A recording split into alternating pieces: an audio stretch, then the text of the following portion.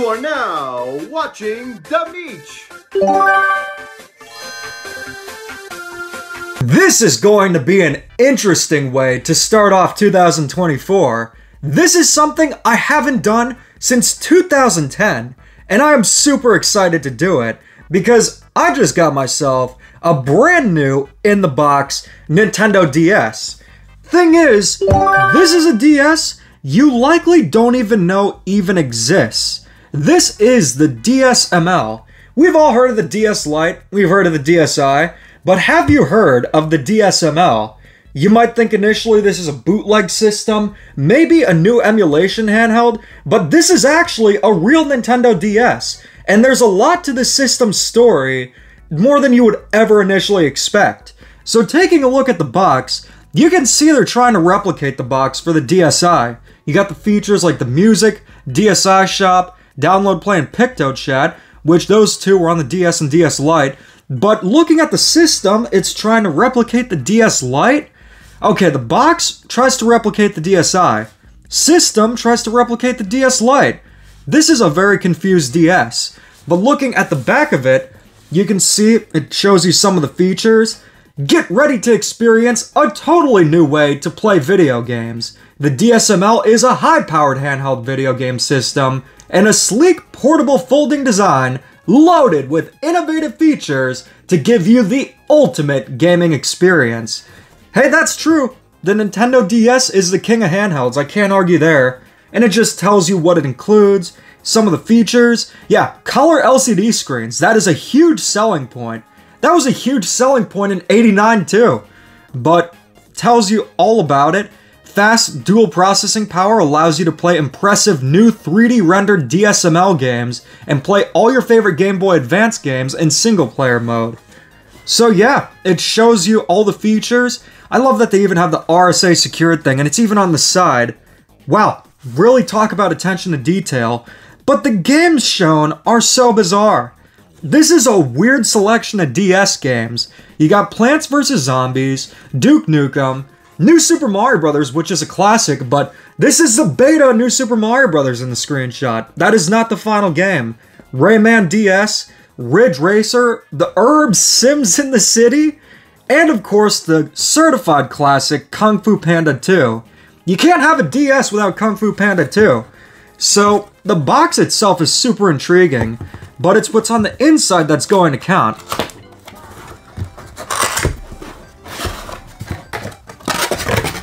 So here we have the instruction manual for the DS-ML, and they actually went to the effort to print out a legitimate looking instruction manual.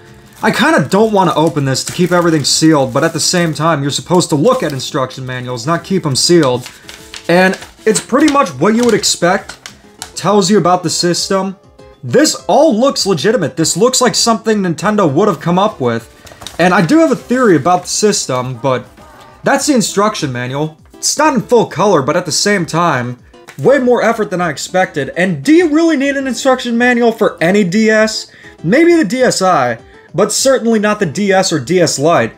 Then we got, of course, a charging adapter for North America, although this one seems to be a third-party one. But then, we get into the bread and butter.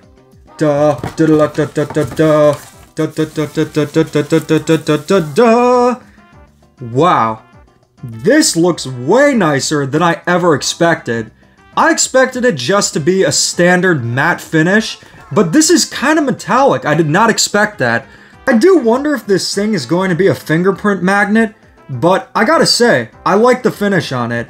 I also loved it on the original 3DS, but taking a look at the back, you can see it has the DS-ML logo, and there's even a serial number, which I don't know why this would need a serial number, but you know, at the same time, they really have a nice attention to detail. Everything about it seems legitimate.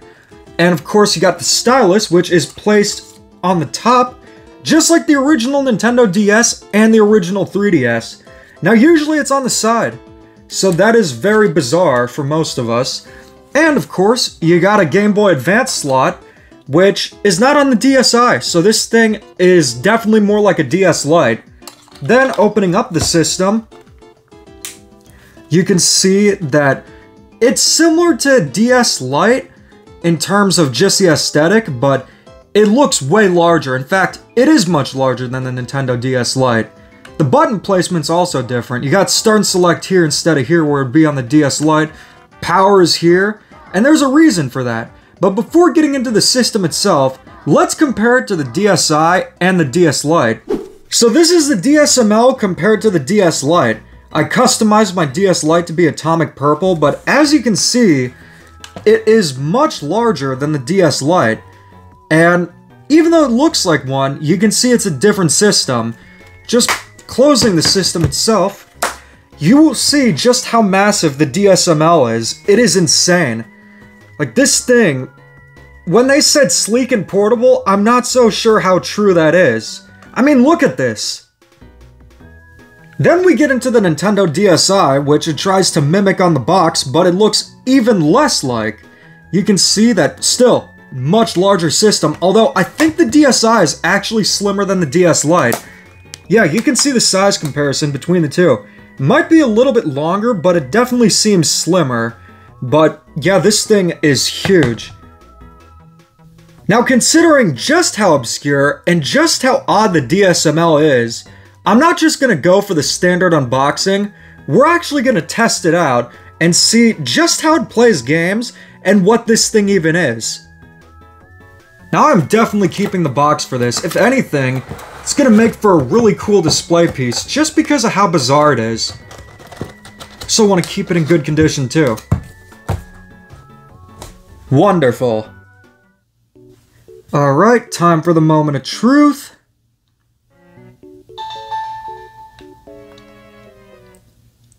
And it seems the settings were already set up.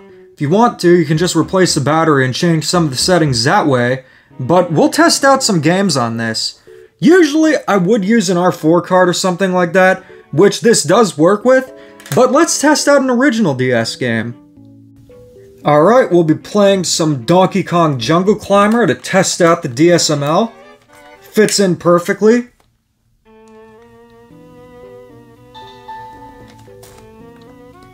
And wouldn't you know it, it just boots up like that. Sometimes with cartridges over time, they don't always boot the first time. Likely because the pins aren't cleaned, but still, that is good. Now this is a game that heavily uses the shoulder buttons, and that's really a test of comfort when it comes to the DS, but surprisingly, everything feels super comfortable.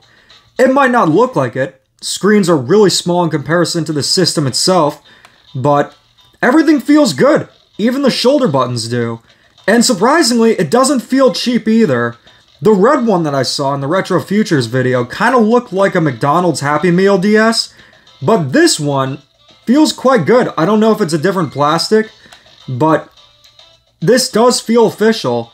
But one aspect you might not be able to notice on camera, the screen quality is not good. In fact, I would say it is worse than any other DS model, with the exception of the original DS, which it is pretty much identical to that. And that is not a good thing considering the original DS, for some reason the screen quality is just horrible on it. It's still usable, it's not as bad as something like a Game Boy Advance, but compared to the DS Lite and especially other DS models, it is a far cry. But there's a very specific reason for that. But then, we're going to get into some Game Boy Advance. I got some Wario Land 4 to test it out, so let's see how it plays. One nice thing about the DSML is that there's a dust cover for Game Boy Advance, which is super nice, but also, Game Boy Advance games will not stick out like on the DS Lite. But let's see how they play. Definitely needs charging. I don't think it was charged beforehand, but we're going to start some Wario Land 4. I usually use the top screen, but the one who configured the DSML for the bottom screen. But either way, we're going to play some Wario Land 4. So you're starting to see some similarities with the DSML and the original DS, and there's a reason for that. The reason being that what this system actually is original Fat DS in a brand new shell.